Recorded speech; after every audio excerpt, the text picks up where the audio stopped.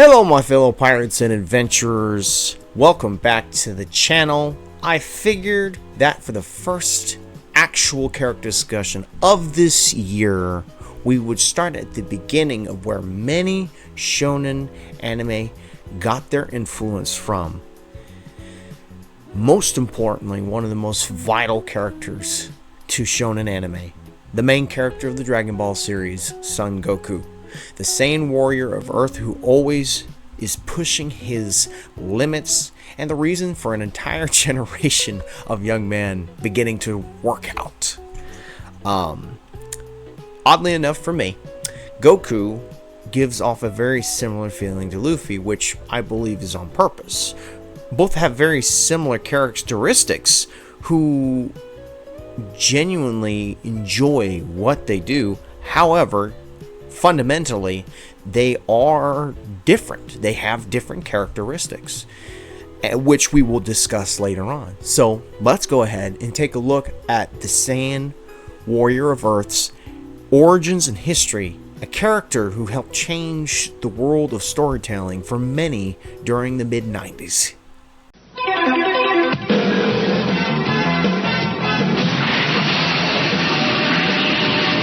Son Goku is the central protagonist of the Dragon Ball series and one of the most iconic characters in anime history. Created by Akira Toriyama, Goku first appears as a young, monkey-tailed boy with incredible strength and an innocent and an adventurous spirit. His character is heavily inspired by Sun Wukong from the classic Chinese novel Journey to the West, which is reflected in the name, the staff weapon, and cloud transportation and playful personality. From the beginning, Goku is portrayed as someone who loves adventure, training, and testing his limits rather than seeking power for conquest or fame. Goku's origins are later to be revealed to be more extraordinary than they initially appear. He was born on the planet Vegeta as a member of the Saiyan race, a warrior species known for their love of battle and conquest. Originally named Kakarot, he was sent to the Earth as an infant to conquer the planet. However, after suffering a severe head injury, Goku lost his Saiyan violent instincts, becoming kind-hearted and pure of spirit. He was found and raised by his adoptive grandfather, Grandpa Gohan, who taught him martial arts and instilled him a strong moral compass. As Goku grows older, he embarks on a journey to collect the Dragon Balls, and mystical artifacts are capable of granting any wish. Along the way, he meets lifelong friends and rivals such as Bulma, Krillin, Master Roshi, Yamcha, and eventually Piccolo. Under Master Roshi's training, Goku learns discipline, humility, and the importance of self-improvement. His participation in the World Martial Arts Tournament helps him shape his identity as a fighter who seeks personal growth rather than domination. The Dragon Ball Z era expands Goku's legacy by fully embracing his Saiyan heritage. He faces powerful enemies like Vegeta, Frieza, Cell, and Majin Buu, with each battle pushing him beyond his previous limits. Goku achieves legendary transformations such as the Super Saiyan transformation, fulfilling the ancient Saiyan myths and redefining what his race is capable of. Despite of his alien origins, Goku chooses Earth as his true home, repeatedly sacrificing himself to protect the planet and his loved ones. Throughout his life, Goku has remained driven by a simple but powerful desire to become a stronger and face worthy opponents. His pure heart allows him to ride a flying Nimbus and wield immense power without corruption. More than just a warrior, Goku represents perseverance, optimism, and the belief that limits exist to be broken. His journey from a wild mountain boy to a multiverse-shaking hero had made Son Goku a timeless symbol of growth, courage, and the joy of pushing beyond one's boundaries. Now we're at the portion of the video where we discuss the character of the video. First question I always ask at the beginning of these videos, of these character discussions, is how was I introduced to the character? I was, just to kind of cut it brief, I was introduced to him when I was probably 8 years old, and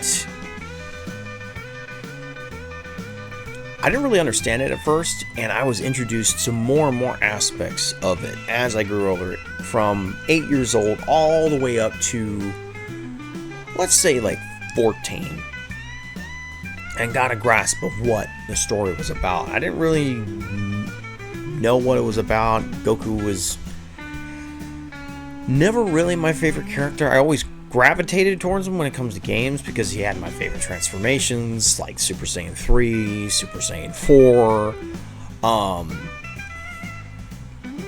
And I think I was 8 years old, really, when I got first introduced to a young little kid.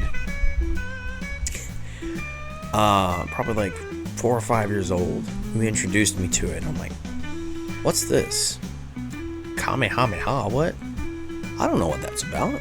I don't know what this guy is. And it's like, I don't know. I mean, and being introduced to a whole new world of characters. Being introduced to anime for the first time. Because, like, look, a lot of people are going to say Dragon Ball is not an anime. No, it very much is an anime. But it's become part of the mainstream media. Well, somewhat. That it's like it almost feels like it's not. And especially how it's kind of integrated into American culture nowadays, how it's integrated in Hispanic culture, and of course Japanese culture, and across the world is such an interesting thing. And so being introduced to that world at a young age did affect my tastes in certain things. I enjoyed the martial arts aspect of it, and especially how Goku introduced me to it. It kind of influenced my taste in certain things, because a lot of the stuff that I grew up with martial arts wise was like Jackie Chan. Jackie Chan was my guy back then, and he just felt, you know what, I think we're gonna, one second, I'm gonna have him sit down and wave. I'm gonna just have him sit down and wave. Right there, so you can just, can you sit? Guess we'll just have to do this. That'll do. And, which ironically enough, if you don't know much about Dragon Ball history, and I'll mention it a little bit later, but Jackie Chan is kind of integrated into that part of like early Dragon Ball, especially if you know the story of the original Dragon Ball. But I remember watching the Jackie Chan adventures. I remember watching Jackie Chan movies growing up. I don't remember all the ones I watched. I know my dad liked watching them at one point, and then of course later on I would get introduced to Bruce Lee and all these different martial arts flicks. And so I already gotten a taste of what that's like, and of course watching, I think I watched Bloodsport for the first time as well. And so watching all this different martial arts stuff made me really enjoy Dragon Ball, because I didn't realize, like, oh, there's some aspects of martial arts in this. And so, of course, with a more fantasy element to it, I got introduced to Z rather than the original.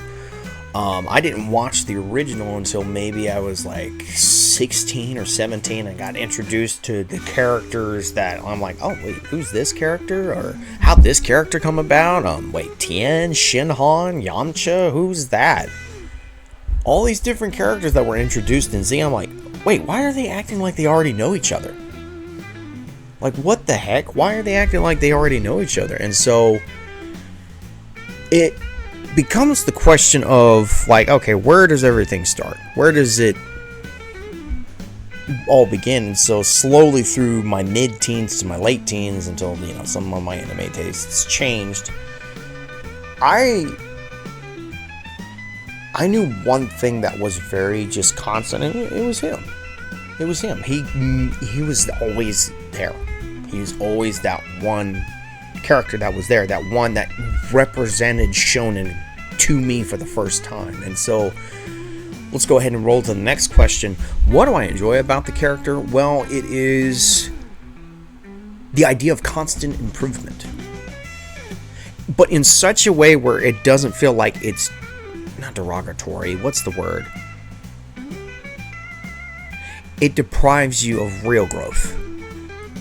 it's not to the point that it doesn't deprive you of real growth. It gives you real growth. Learning how to know when to rest, learning when to train, when to use your experience, learn to be this kind of person that's willing to step in. It's these aspects that you think would not exist in a character like him, because it's like, okay, this guy just enjoys fighting, this guy enjoys beating up on, more powerful guys. But it's like, no, there's a lot more there, despite being called, and thank you for Totally Not Mark for teaching me these archetypes through your videos growing up, especially during my late teens. The flat archetype. The flat character type is the guy that has these aspects that never change about him, but somewhat still grow, and able to mature some of these aspects. And mind you, I'm more than aware of what happens in Super. I'm more than aware of all the different stuff that's happened there, because I don't like it either. I don't like what they did here and there, and it's like, there's still elements of that character that I first saw in there. However, it can be, anyway, we'll get to that. And so it's the idea of not only constant improvement, but setting the standard. Setting what it meant to be not the main character, but the guy to be relied upon. The guy that was willing to go in there and get it done. Not being a Superman-esque figure, which early Z-Dub did, and that's an aspect I kind of didn't like. I liked the more... I like the way that they present Goku. He can be a little bit more of an inherently selfish character, which is more of a human-esque trait, which Superman, can have that, but it's like, I would not describe Goku as a paragon. I would describe him as, I think, and I watched this other video, I forgot the gentleman's name who made it, but I would describe him as a nomad. Somebody who seeks to grow stronger, somebody who wants to grow stronger in every aspect of their lives. And so when it comes to Goku, he's not a paragon, he's not a hero, but he never had to be. He's not your traditional hero in the sense of he's wanting to save and protect people. Still does in some aspects, but also push himself so he can continue to do so, and then also on top of help the next generation move forward. And so somebody like him can be, at first, it can be a little jarring. He seems a little simple. He doesn't really have a lot going on for him. And it's kind of the same thing with Luffy. As you know, Luffy kind of has this kind of aloof, stupid, naive, idiot thing about him. But there's an aspect of him that's actually interesting, and it's the emotional intelligence. But for Goku, it is the battle intelligence. It is the athleticism intelligence. He knows his body. He knows what he needs to eat. He knows how to train. And look, it's something that people tend to make fun of a lot, is him eating a bunch of food. But no, he's listening to his body and saying, hey, my body needs this. I'm burning so much calories and all this so quickly. And he probably doesn't care about the calories thing. It's more so I gotta fuel my body and enjoy some food, And so having these elements here shows that he's not a deep character. He's not a methodical character, but he's not stagnant either. He's a unchanging example. He's not perfect at it, but he's an unchanging example, the mold. I would call him, and a lot of people can disagree, he's basically the Hulk Hogan of shonen anime. If you think about it, he's the reason why it started. Technically, if we go back a little bit further, it would be, you would call Kinnikuman Man like the superstar Billy Graham of shonen anime. It used to be a gag manga turned into a battle shonen. Same thing with Dragon Ball. Where do you think they got their influence from? It was from Kinnikuman. And so I'll have to talk about Kinnikuman at some point, because that's kind of an interesting character. Because he's not really a flat character.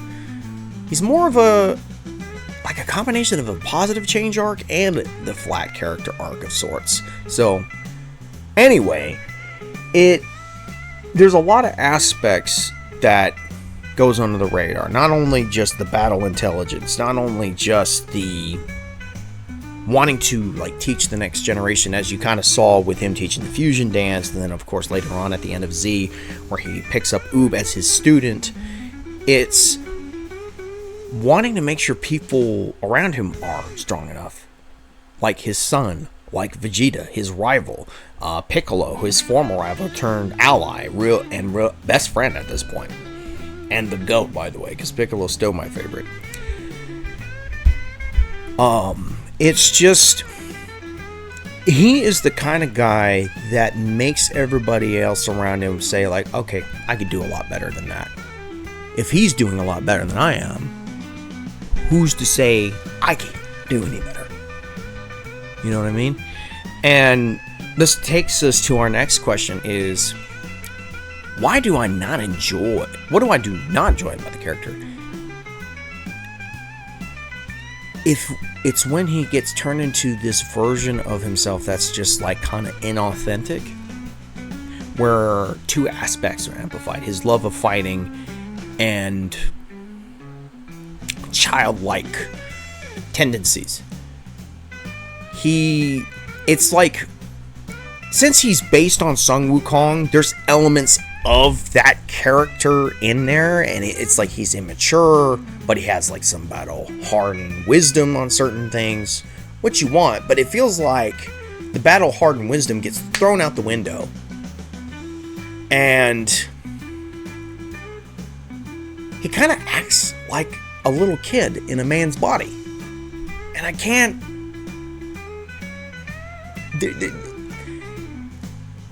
How can I say this? It's okay to have some childlike tendencies and have this ability to enjoy life and see it as an adventure. But if you're constantly acting like a immature kid all the time, it gets grating. And that's what happens with Goku a lot of the time. And certain moments like, man, I did not think I'd be bringing this up. This like whole thing where Vegeta and Goku and the Goku Blackheart are talking to each other. And there's another moment I'll talk about where he talks about he's never kissed his wife. And I'm like, what? And Vegeta poses the perfect question, but it also kind of ruins the moment. It's like, wait, you have a wife and kids and you've never kissed your wife? I'm like, what? That makes no sense. And it's supposed to be written as a gag, but it's not. It feels like it's not. It feels like a weird mesh of whatever. It's like, it's a joke, it's a revelation moment or something. I don't know. It's such a weird thing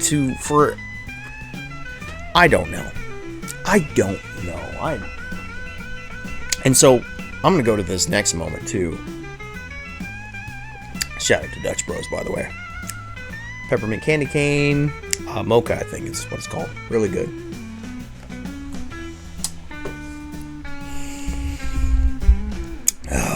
It is this moment where they go, I believe it is it the 6th universe?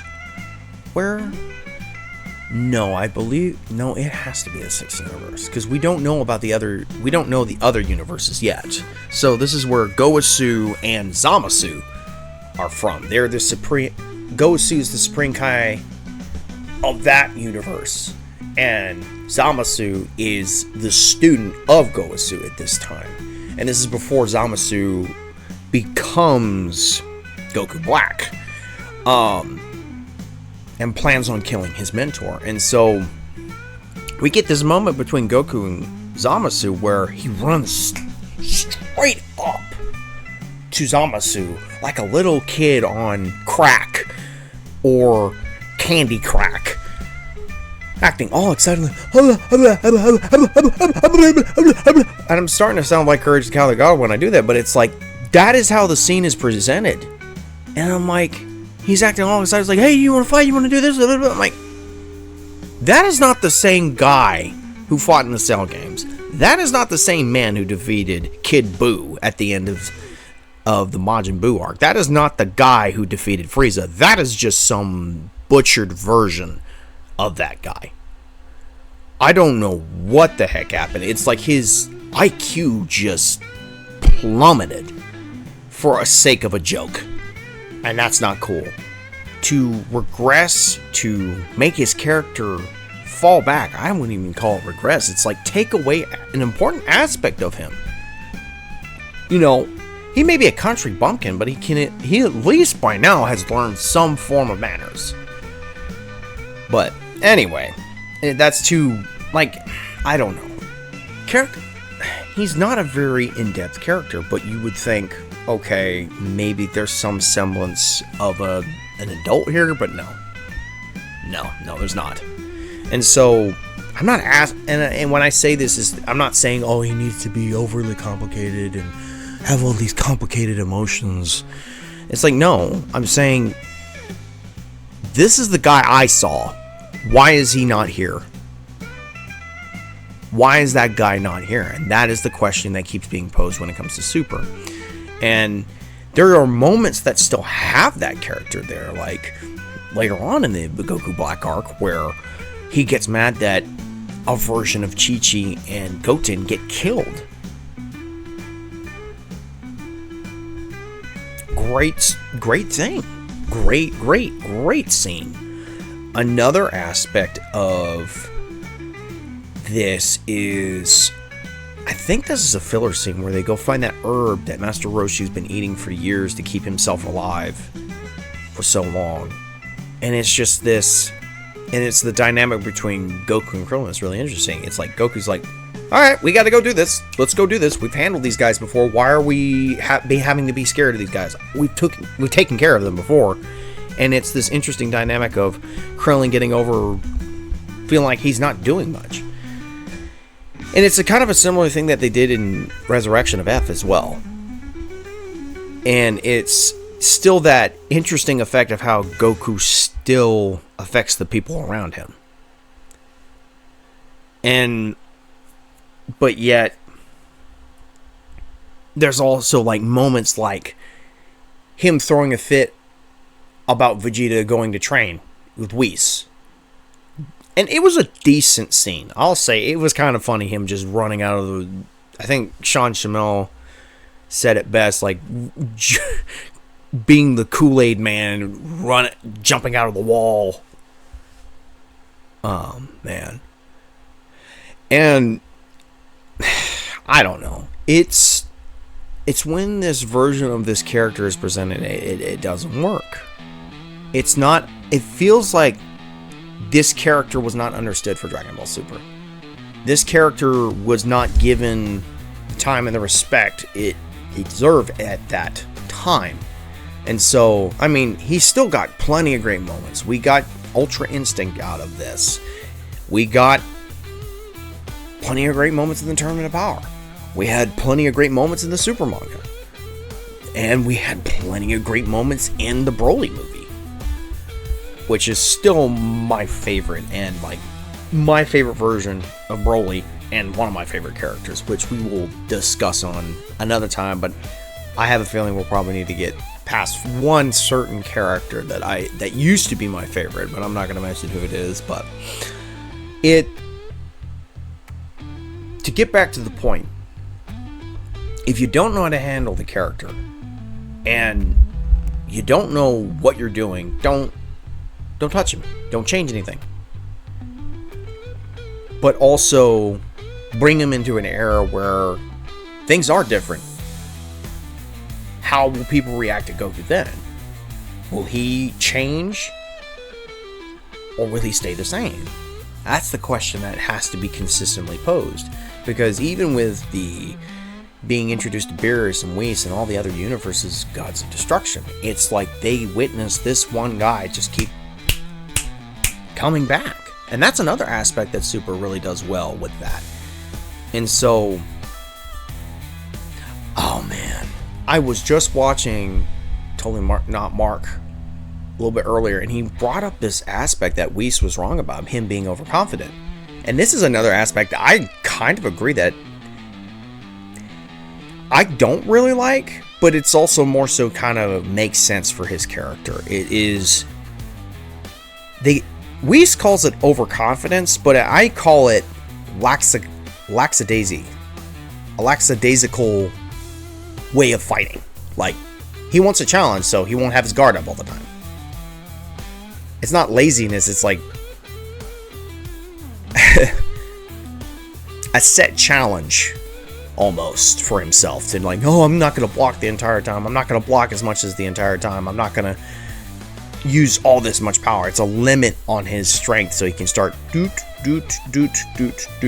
and start just pushing more and more. And once he gets to the ceiling, it's like, okay, now I've got to push through the ceiling because this guy's starting to actually really push me now. Let's go, which I enjoy, but it can get grating. It can get really grating, and I would like to see at one point where Goku just basically says, all right, we got to stop this guy. We got to stop this from happening. Heck, we have an opportunity in the manga. Maybe we'll get that. I don't know. And so this brings us to our fourth question of the video. Can a character like Goku survive in a world of modern anime? If people are still wanting him, why is he still here? Or if people are wanting to see more of this story, why is he still here? You can have all this different storytelling from all these different shows, whether it's Demon Slayer, whether it's Attack on Titan, whether it's Dandadan, or One Piece. I enjoy One Piece. It's still, and it precedes Dragon Ball for me. But I still have too much respect for Dragon Ball and this guy here to really throw it out the window. So, yeah, he can still hang with the rest. He's just not at the top anymore. He's still the reason why we have any shows that are like this, but he's still at the top. And then we've got, I mean, I don't really know Jujutsu Kaisen, and I don't really want to be honest. I don't really want to. I'm not a fan of it. I've heard a lot of different aspects of it.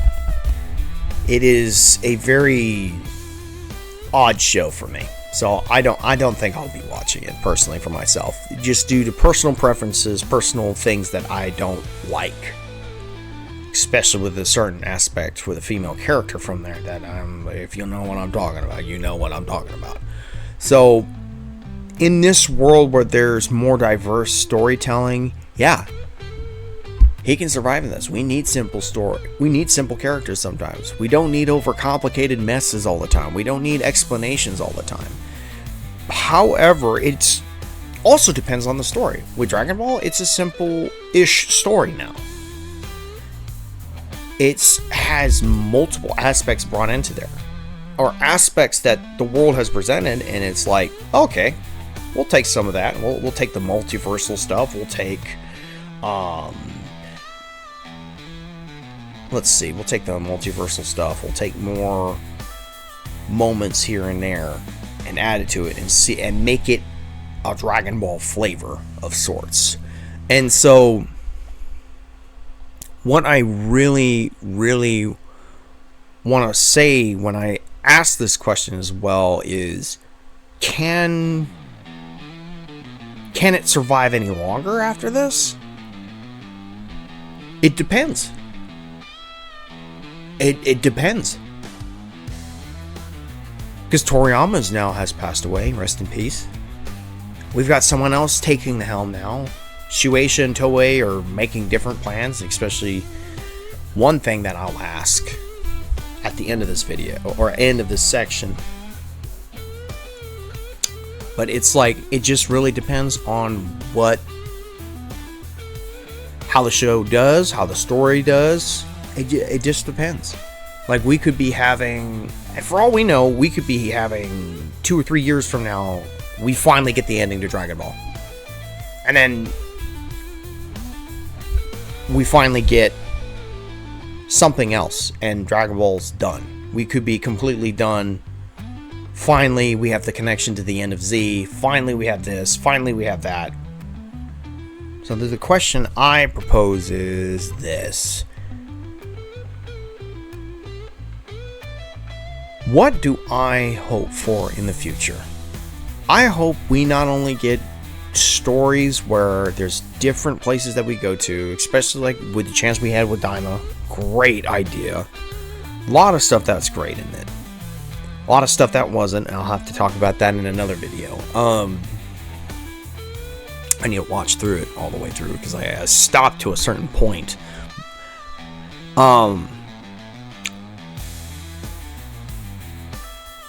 I hope we get more opportunities to where more people are wanting the Goku we had in the past.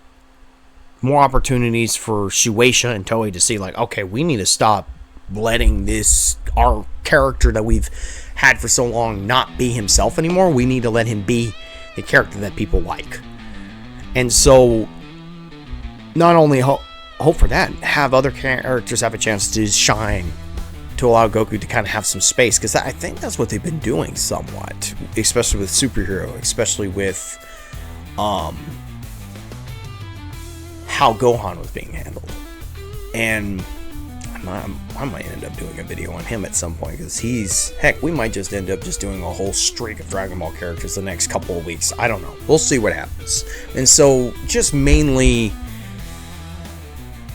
where we get that character, where he understands what's at stake. He's not an idiot. He's not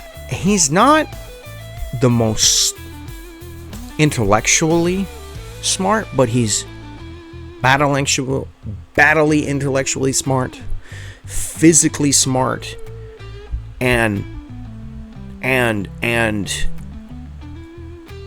is wizened to certain things. He's not like a wise old character, more like, okay, I've been here, done that. And now this poses the question, the next question, the ending of this is, do we need a Dragon Ball Super remake? In a lot of aspects, yes. And some others, maybe not. I can't give a clear no either, because it's like we've gotten poor animation, we've gotten not great writing in certain places, we've got the butchering of the main character,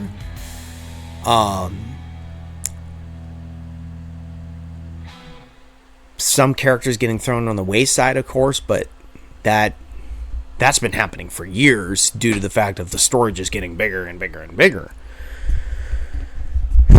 It is more so, rather than do we need a Dragon Ball Super remake, it's more like, what would it look like if we did? It would need, of course, better animation, because Dragon Ball Super's animation was trash when it first came out. I don't care how much you fix the lines on certain characters, it just looks like garbage. Better smoothing out rough edges and certain writing details, making sure connections are made back to previous aspects of the story, which kind of what Daima does somewhat here and there, but it's like, I don't know how to quite explain it. So it's have connections make sense in the story. And not just make connections just because fans want it. It's more like, this is y'all's story. You should have some form of linearity somewhere. And, well, it's Toriyama's story, technically. So it's like, well, it is his story. But it's like people picking it up. It's like, you've got to be able to understand that, like, some people need linearity.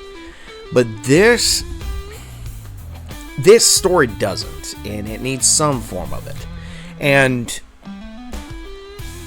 having better pacing as well, because a lot of the episodes just drag on and on and on. Maybe taking some aspects of the manga and putting it into the remake, putting some aspects of the original anime in there. Like, I'll give you a couple examples from both the way that they handled Super Saiyan Blue and its perfected form, the way they were able to switch in and out from God to Blue, which is a neat idea. I wish they would do that more often. wish they would apply that to the story for the remake if they do that. Oh man, have more moments where other transformations get some light, like, because each transformation needs to have a benefit and a caveat. Like, let's per se, like how it's presented in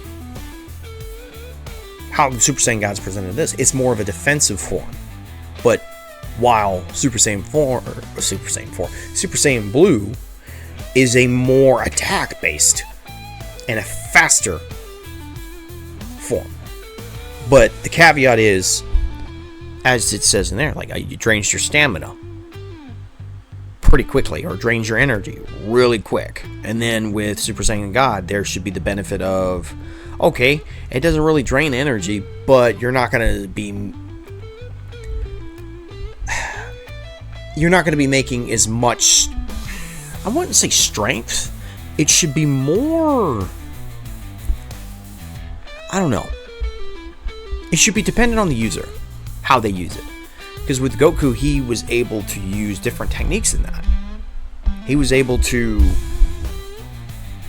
freeze Broly in place with that one technique, and then smash him with that key ball. Also have the different techniques of how Vegeta was using it, like the usual Vegeta way, like with the Big Bang-esque move he used. I forgot what it's called, but it's one of my favorite moves he uses. It just, like, let it be dependent on the user, whether it's used well or not. And so I think another thing that I really do enjoy is, like, how it highlights other characters as well. Piccolo got highlighted a little bit better in the manga. Gohan has some aspects where he got highlighted some places. Get rid of this stupid scene where Piccolo sacrifices himself for, like, the billionth time. Like, that is a needless sacrifice. And so, just to not rush things, but just to kind of speed things along, I want moments to where Goku can still be himself in a new expansion of his world. It's how that expansion reacts to him. It's like, okay, who is this guy? Why is he here? Oh, now it's like, okay, that's why he's here. He's this. So let's see how he reacts to this. Oh, he's already done that. This, and this. And still fight all these different challenges. It's what the expansion of the world throws at him. That's what the villains are. They're challenges being thrown at him. And so having that aspect in there, you want that story to make sense, and more importantly, to kind of wrap things up, because this has gone on a little bit longer than I thought it would, is to be honest with ourselves and say,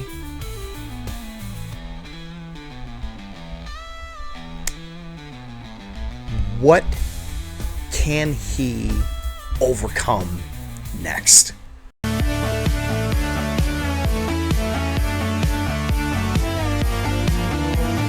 Goku is a character who's lasted an incredibly long time in the world of Japanese animation and the manga world. He paved the way for many different main characters, protagonists of certain shonen, like Luffy, our favorite pirate captain. And another example, my least favorite ninja, Naruto, and many others throughout the years. And it's thanks to that Saiyan who surpasses those limits to fight strong opponents while still showing care and loyalty towards his family and friends, and I dare say even his audience in certain moments of time. Yes, an actual return to form of a discussion, and honestly, I can feel with this character as well. It is very nice to be talking about him and not have just to be this short form of this other character that I know of that's not very much seen all the time. It's like, you know, it's kind of crazy because when I did the thumbnail of that video, all I could really find was an empty wrestling ring. It's like very odd. I couldn't see him the whole time. I'm like, anyway, thank you guys for joining me today. We've got a lot more characters we will discuss this year and many more adventures to share together. And I, most importantly, cannot wait for tomorrow's video because I've got something cooking that is not only very simple, but effective on the food side of things. And as I say always, thank you again for watching the video. This is the Captain signing off. I bid you adieu. I'm out. Peace.